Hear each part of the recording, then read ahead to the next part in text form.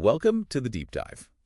Okay, so today we're cracking open this stack of sources you shared with us. Yeah, focusing on that betting matrix. Exactly. Specifically for day 2 of the Euro U21 Championship, our mission really is just to unpack it quickly. Pull out the key stuff? Yeah, the sharpest insights and kind of give you a shortcut to the main angles highlighted for these games coming up. Okay, let's get into it. What's really interesting, I think, isn't just, what they predict, but the why. Right. The sources are giving that tactical reasoning the form. That's where the real value is. Absolutely. So, first matchup, Ukraine U21 against Denmark U21. The sources, they seem to lean toward Ukraine getting a result, win or draw. Yeah, that's the angle, and the thinking behind it is mostly Ukraine's recent form. It's been pretty impressive. What was it, 5 wins and a draw? Something like that, yeah, in their last 6. Plus, they've got that dangerous counterattack. Mudryk, obviously, is key there. Okay. Denmark's defense is usually decent, though, right? It is solid.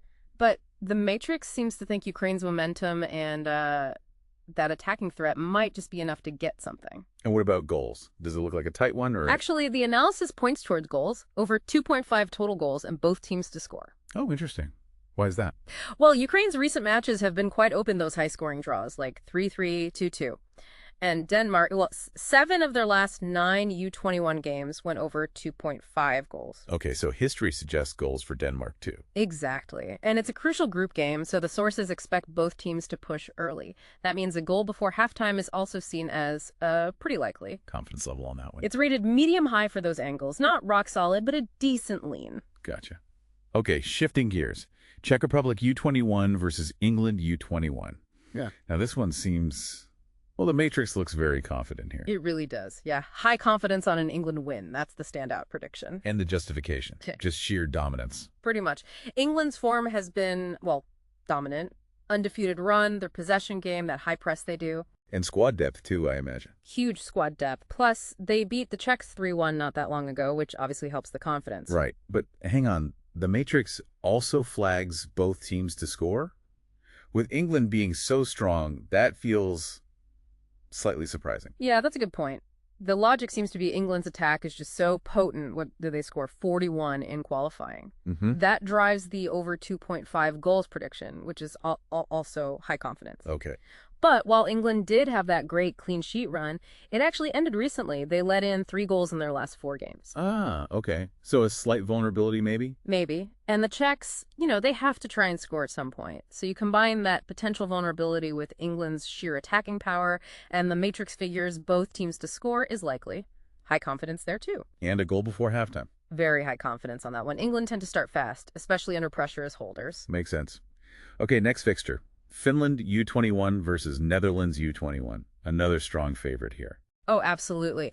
High confidence again, this time for a Netherlands win.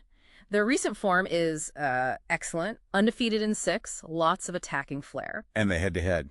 That's a huge factor the sources point to. The Dutch have won the last 8 meetings against Finland. Wow, 8 straight. Yep, and kept clean sheets in the last 3 of those as well, so history is firmly on their side. Okay, so strong Dutch lean, more goals predicted here as well. Seems to be a theme. It does, yeah.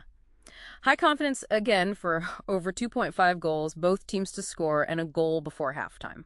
Why both teams to score if the Dutch record is so good against them? Well, Finland have actually been scoring early in games, recently scored first in 4 straight, apparently, so they can contribute. Fair point. And the Dutch attack is just, relentless, but here's where it gets really interesting. The Matrix highlights a riskier angle. Over 3.5 goals. Over 3.5. Why push it that far? Because the sources suggest the Netherlands might have a specific strategy here. They think the Dutch will stay aggressive even if they have a lead, aiming to maximize their goal difference. Oh, strategic thinking. That's a cool insight. Yeah, makes that over 3.5 angle rated medium-high risk quite intriguing. Definitely. Okay, last one. Germany U21 against Slovenia U21. And it's another clear prediction.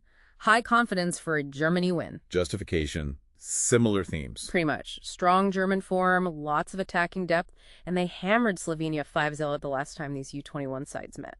Ouch. So, goals expected again, over 2.5. Yep, high confidence on over 2.5. Driven by that German attack, wanting to make a statement, really against a Slovenia team that's been struggling defensively and frankly is in poor form. Are there any, more specific angles suggested for this one, given the expected dominance? There are actually. The sources point towards Asian handicap bets because of that expected margin of victory. So Germany nagged 1.5 or even nagged 2.5. Meaning Germany to win by 2 or 3 goals at least. Exactly. Those are suggested with high confidence. And then you've got correct scores mentioned, like 3-0, 4-0, maybe 4-1. Those are obviously higher risk, so medium high confidence. Right. And what about both teams to score here? It's been yes for the others. See, this is the exception. It's predicted as no for this one. Okay, why the difference? The sources basically see Slovenia facing a massive uphill battle. They reckon Slovenia's focus will be almost entirely on damage limitation, just trying to keep the score down against Germany's strong defense. Scoring seems unlikely from their perspective. Got it. And goal before halftime. Expected again, yeah. Germany will likely apply pressure right from the start. High confidence there, too. Okay, so pulling all this together from the sources. Yeah. What's the big picture? Well, I think the Matrix gives you these really clear predictions, right? But they're driven by specific things. Recent form, sure, head-to-head history, definitely. But also these tactical angles. Like chasing goal difference or focusing purely on defense. Exactly. Those specific tactical points that are unique to each matchup, that's what adds the color. Yeah, so whether it's, the expected dominance from England and Germany, or the goal potential flagged in pretty much every game, the Matrix offers these defined angles, but they all come with that specific reasoning. And maybe as you digest all this, thinking about why these predictions are being made, understanding those drivers, like the tactics, how does that shift how you might look at these potential outcomes yourself? It really brings home the value of looking beyond just the prediction, doesn't it?